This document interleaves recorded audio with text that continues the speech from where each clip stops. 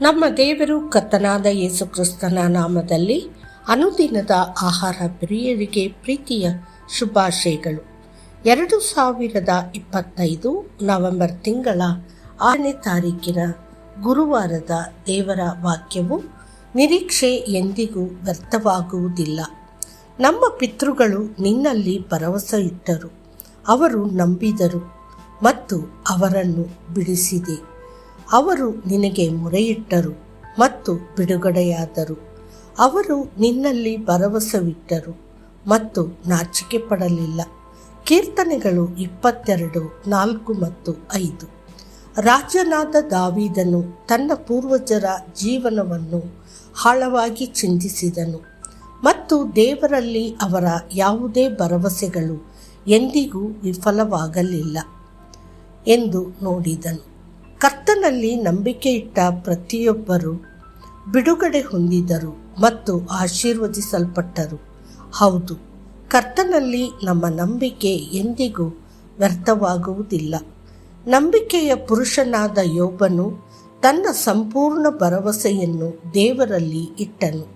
ಅಚಲವಾದ ನಂಬಿಕೆಯಿಂದ ಅವನು ಘೋಷಿಸಿದನು, ಆತನು ನನ್ನನ್ನು ಕೊಂದರೂ ನಾನು ಆತನನ್ನೇ ನಂಬುವೆನು. ಯೋಬ 13:15. ಅವನ ದೇಹವು ಬಾಧಿತವಾಗಿದ್ದಾಗಲೂ, ಅವನ ಹೆಂಡತಿ ಅವನನ್ನು ಅಪಹಾಸ್ಯ ಮಾಡಿದಾಗಲೂ ಮತ್ತು ಅವನ ಸ್ನೇಹಿತರು ಅವನನ್ನು ಅಪಹಾಸ್ಯ ಮಾಡಿದಾಗಲೂ ಯೋಬನ ನಂಬಿಕೆಯು ಕರ್ತನಲ್ಲಿ ಸ್ಥಿರವಾಗಿ ಉಳಿಯಿತು. ಕರ್ತನಲ್ಲಿ ಭರವಸವಿಡುವವನೇ ವೃದ್ಧಿಯಾಗುವನು ಎಂದು ಸತ್ಯವೇದವು ಹೇಳುತ್ತದೆ. ಈ ಮಾತುಗಳಿಗೆ ನಿಜವಾಗಿ ಯೋಬನ ಕೊನೆಯ ದಿನಗಳು ಅವನ ಆರಂಭಕ್ಕಿಂತ ಹೆಚ್ಚು ಆಶೀರ್ವಾದ ಪಡೆದವು. ಅಬ್ರಹಾಮನ ನಿರೀಕ್ಷೆ ವಿಫಲವಾಯಿತೆ? ಖಂಡಿತವಾಗಿಯೂ ಇಲ್ಲ. ದೇವರು ತನಗೆ ವಾಗ್ದಾತ ಉತ್ತರಾಧಿಕಾರಿಯನ್ನು ನೀಡುತ್ತಾನೆ ಎಂದು ನಂಬುತ್ತಾ ಅವನು 25 ವರ್ಷಗಳ ಕಾಲ ತಾಳ್ಮೆಯಿಂದ ಕಾಯುತ್ತಿದ್ದನು. ಅವನ ದೇಹವು ಸತ್ತಂತೆ ಮತ್ತು ಸಾರಾಳ ಗರ್ಭವು ಬಂಜೆಯಂತೆ ಆಗಿದ್ದರೂ ಸಹ ಅವನ ನಂಬಿಕೆಯು ಅಲುಗಾಡಲಿಲ್ಲ. ದೇವರ ವಾಗ್ದಾನವನ್ನು ಅವನು ಅಪನಂಬಿಕೆಯಿಂದ ವಿಚಲಿತನಾಗಲಿಲ್ಲ.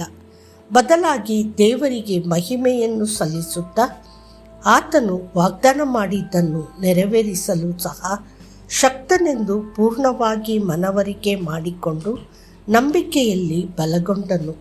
ರೋಮಾಪುರದವರಿಗೆ 4:20-21. ಮತ್ತು ಅವರ ನಂಬಿಕೆ ಪ್ರತಿಫಲ ದೊರೆಯಿತು. ಈಸಾಕನು ಜನಿಸಿದನು. ಅವನ ಹೆಸರು ನಗು ಎಂದರ್ಥ.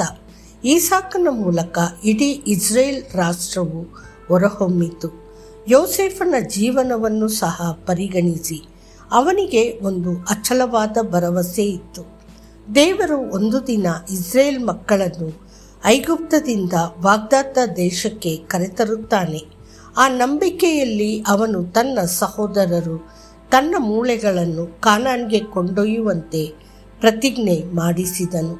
ಆದಿಕಾಂಡ 50:24-25. ಆ ಭರವಸೆ ವಿಫಲವಾಗಲಿಲ್ಲ. 400 ವರ್ಷಗಳಿಗಿಂತಲೂ ಹೆಚ್ಚು ಸಮಯದ ನಂತರ ಇಸ್ರೇಲರು ಈಜಿಪ್ಟನ್ನು ತೊರೆದಾಗ ಅವರು ಯೋಸೇಫನ ಮೂಳೆಗಳನ್ನು ಅರಣ್ಯದಾದ್ಯಂತ ಹೊತ್ತುಕೊಂಡು ಹೋಗಿ ಕಾನಾನ್ನಲ್ಲಿ ಉಳಿದರು. ಅವನ ಭರವಸೆ ಶಾಶ್ವತವಾಗಿತ್ತು. ಶಾದ್ರಾಕ್, ಮೇಷಾಕ್ ಮತ್ತು ಅಬೇದ್ನೆಗೋ ಬೆಂಕಿಯ ಕುಲುಮೆಯಲ್ಲಿ ಇಟ್ಟ ನಂಬಿಕೆ ವ್ಯರ್ಥವಾಯಿತೇ? ಇಲ್ಲ. ಕುರುಡ ಬರ್ತಿಮಾಯನು ಯೇಸುವಿಗೆ ಮತ್ತೆ ಮತ್ತೆ ಮೊರೆಯಿಟ್ಟಾಗ ಅವನ ನಿರೀಕ್ಷೆ ವ್ಯರ್ಥವಾಯಿತೇ? ಇಲ್ಲ. ಕರ್ತನು ಅವನ ಕಣ್ಣುಗಳನ್ನು ತೆರೆದನು. ದೇವರ ಪ್ರಿಯ ಮಕ್ಕಳೇ, ನಿನ್ನ ನಿರೀಕ್ಷೆಯು ಎಂದಿಗೂ ವ್ಯರ್ಥವಾಗುವುದಿಲ್ಲ. ಯೋಬ, ಅಬ್ರಹಾಮ, ಯೋಸೇಫ ಮತ್ತು ಅಸಂಖ್ಯಾತ ಇತರರಿಗೆ ನಂಬಿಗಸ್ತನಾಗಿದ್ದ ದೇವರು ನಿನ್ನನ್ನು ಎಂದಿಗೂ ವಿಫಲಗೊಳಿಸುವುದಿಲ್ಲ. ಮತ್ತಷ್ಟು ಹೆಚ್ಚಿನ ಧ್ಯಾನಕ್ಕಾಗಿ ನಾನು ಕರ್ತನಲ್ಲಿ ಭರವಸೆವಿಟ್ಟಿದ್ದೇನೆ, ನಾನು ಜಾರನು. ಕೀರ್ತನೆ 26:1. ಕರ್ತನು ನಿಮ್ಮನ್ನು ಆಶೀರ್ವದಿಸಲಿ. ಆಮೇನ್.